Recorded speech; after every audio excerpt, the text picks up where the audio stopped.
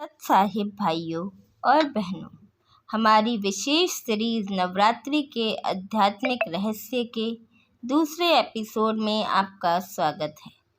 पिछले एपिसोड में हमने जाना कि केवल व्रत और उपवास रखना शास्त्र सम्मत भक्ति नहीं है। आज का विषय अत्यंत गहरा और विस्मयकारी है। हम बचपन से देवी दुर्गा की पूजा करते आ रहे हैं। उन्हें आद्य शक्ति और जगदम्बा यानी पूरे जगत की माता कहते हैं। लेकिन क्या आपने कभी सोचा है कि जिस तरह हम सबके माता पिता होते हैं, क्या देवी दुर्गा के भी माता पिता हैं? क्या देवी पुराण या अन्य शास्त्र उनकी उत्पत्ति के बारे में कुछ कहते हैं? संत रामपाल जी महाराज ने हमारे ही पवित्र शास्त्रों से ऐसे प्रमाण खोज निकाले हैं जो इस रहस्य से पर्दा उठाते हैं। चलिए आज जानते हैं कि देवी दुर्गा की उत्पत्ति कैसे हुई। आम धारणा यह है कि देवी दुर्गा अजन्मी है, उनका कोई जन्मदाता नहीं है। लेकिन जब हम श्रीमद् देवी भागवत महापुराण, जो देवी की महिमा का सबसे बड़ा ग्रंथ है, उसको गहराई से पढ़ते हैं तो सच्चाई कुछ और ही निकल कर आती है। संत रामपाल जी महाराज देवी पुराण के तीसरे स्कंद का संदर्भ देते हैं, जहाँ भगवान विष्णु अपनी माता दुर्गा की स्तुति करते हुए कहते हैं, हे माता, तुम शुद्ध स्वरूपा हो। हम सब यानी ब्रह्मा, विष्णु और शिव तुम्हारी ही कृपा से विद्यमान हैं। हमारा तो आविर्भाव यानी जन्म और तिरोभाव यानी मृत्यु होता है, पर तुम नित्य हो। यहाँ ध्यान देने वाली बात यह है कि विष्णु जी ने अपनी उत्पत्ति दुर्गा जी से बताई, लेकिन इसी पुराण के अन्य अध्यायों में यह भी स्पष्ट है कि दुर्गा जी की उत्पत्ति भी एक परम पुरुष के संयोग से हुई है। वह परम पुरुष कौन है? संत रामपाल जी महाराज बताते हैं कि पवित्र कबीर सागर और अन्य सूक्ष्म वेदों के अनुसार पूर्ण परमात्मा कबीर साहिब ने सबसे पहले अपनी शब्द शक्ति से ज्योति निरंजन, जिसे काल ब्रह्म भी कहते हैं, की उत्पत्ति की। बाद में इसी ज्योति निरंजन के साथ प्रकृति देवी, जिन्हें हम दुर्गा या अष्टंगी कहते हैं, का संयोग हुआ। संत जी समझाते हैं कि दुर्गा जी और काल ब्रह्म ज्योति निरंजन के मिलन से ही तीन देवताओं ब्रह्मा, विष्णु और महेश की उत्पत्ति हुई। यही कारण है कि दुर्गा जी को त्रैलोक्य जननी कहा जाता है, लेकिन उनके पिता काल ब्रह्म हैं और माता अविनाशी परमात्मा की शक्ति से उत्पन्न प्रकृति है। यह रहस्य आज तक आम भक्तों से छिपा रहा है। अक्सर लोग यह सुनकर चौंक जाते हैं कि ब्रह्मा, विष्णु और शिव जी के माता पिता भी हैं, लेकिन श्रीमद् भगवद गीता के अध्याय 14 के श्लोक 3 और 4 में स्वयं गीता ज्ञान दाता काल ब्रह्म कहता है, मम योनिर महद ब्रह्मा तस्मिन् गंधर्व गधामयम, अर्थात मेरी महद ब्रह्म रूप प्रकृति दुर्गा संपूर्ण भूतों की योनि यानी माता है और मैं काल ब्रह्म बीज स्थापित करने वाला पिता हूँ। यह स्पष्ट प्रमाण है कि दुर्गा जी माता है और काल ब्रह्म पिता है। संत रामपाल जी महाराज इसी सत्य को दुनिया के सामने लाए हैं। हम जिनकी पूजा कर रहे हैं वे स्वयं भी एक व्यवस्था के अधीन हैं। तो भाइयों और बहनों, आज हमने जाना कि देवी दुर्गा की उत्पत्ति का वास्तविक आधार क्या है। वह तीनों गुणों की माता है, लेकिन वह स्वयं पूर्ण परमात्मा नहीं है। उनके ऊपर भी एक सर्वोच्च सत्ता है जिसकी वे स्वयं आराधना करती हैं। जब तक हमें अपनी जड़ का पता नहीं होगा, तब तक हमारी भक्ति रूपी वृक्ष फलदायी नहीं हो सकता। संत रामपाल जी महाराज हमें उसी मूल यानी पूर्ण परमात्मा कबीर साहिब की पहचान कराते हैं। हम बचपन से देवी दुर्गा की पूजा करते आ रहे हैं। उन्हें आद्य शक्ति और जगदम्बा यानी पूरे जगत की माता कहते हैं। लेकिन क्या आपने कभी सोचा है कि जिस तरह हम सबके माता पिता होते हैं, क्या देवी दुर्गा के भी माता पिता हैं? क्या देवी पुराण या अन्य शास्त्र उनकी उत्पत्ति के बारे में कुछ कहते हैं? संत रामपाल जी महाराज ने हमारे ही पवित्र शास्त्रों से ऐसे प्रमाण खोज निकाले हैं जो इस रहस्य से पर्दा उठाते हैं। चलिए आज जानते हैं कि देवी दुर्गा की उत्पत्ति कैसे हुई। आम धारणा यह है कि देवी दुर्गा अजन्मी है, उनका कोई जन्मदाता नहीं है। लेकिन जब हम श्रीमद् देवी भागवत महापुराण, जो देवी की महिमा का सबसे बड़ा ग्रंथ है, उसको गहराई से पढ़ते हैं तो सच्चाई कुछ और ही निकल कर आती है। संत रामपाल जी महाराज देवी पुराण के 3 स्कंद का संदर्भ देते हैं, जहाँ भगवान विष्णु अपनी माता दुर्गा की स्तुति करते हुए कहते हैं, हे माता, तुम शुद्ध स्वरूपा हो। हम सब यानी ब्रह्मा, विष्णु और शिव तुम्हारी ही कृपा से विद्यमान हैं। हमारा तो आविर्भाव यानी जन्म और तिरोभाव यानी मृत्यु होता है, पर तुम नित्य हो। यहाँ ध्यान देने वाली बात यह है कि विष्णु जी ने अपनी उत्पत्ति दुर्गा जी से बताई, लेकिन इसी पुराण के अन्य अध्यायों में यह भी स्पष्ट है कि दुर्गा जी की उत्पत्ति भी एक परम पुरुष के संयोग से हुई है। वह परम पुरुष कौन है? संत रामपाल जी महाराज बताते हैं कि पवित्र कबीर सागर और अन्य सूक्ष्म वेदों के अनुसार पूर्ण परमात्मा कबीर साहिब ने सबसे पहले अपनी शब्द शक्ति से ज्योति निरंजन, जिसे काल ब्रह्म भी कहते हैं, की उत्पत्ति की।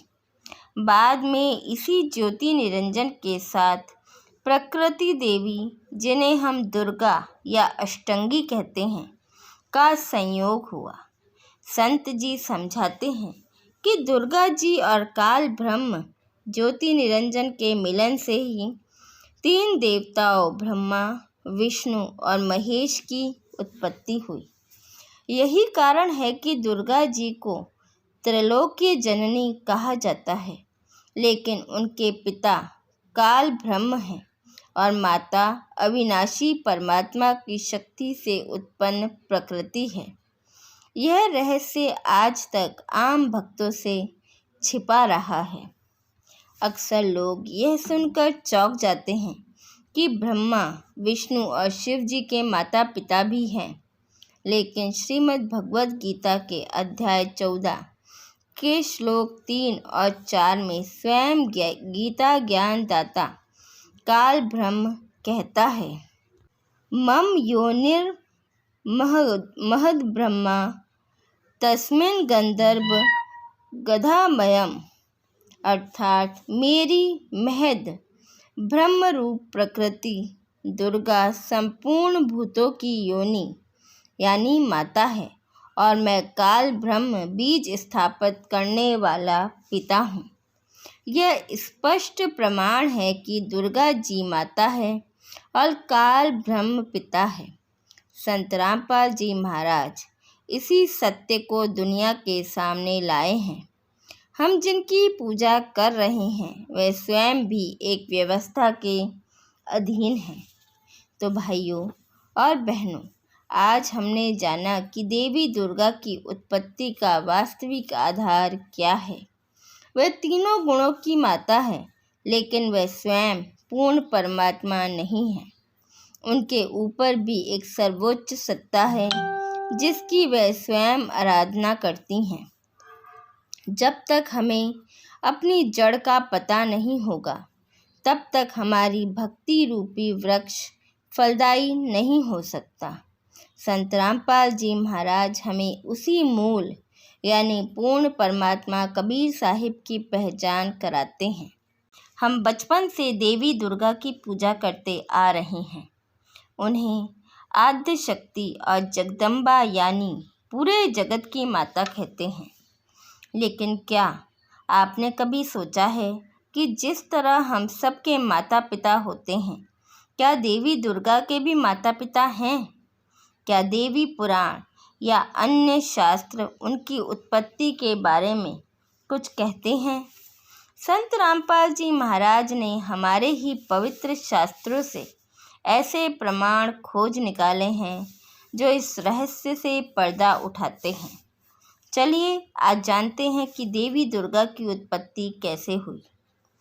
आम धारणा यह है कि देवी दुर्गा अजन्मी है, उनका कोई जन्मदाता नहीं है।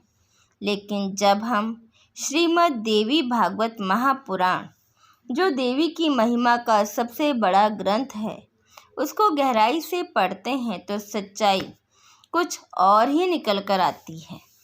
संत रामपाल जी महाराज देवी पुराण के 3 स्कंद का संदर्भ देते हैं, जहाँ भगवान विष्णु अपनी माता दुर्गा की स्तुति करते हुए कहते हैं, हे माता, तुम शुद्ध स्वरूपा हो।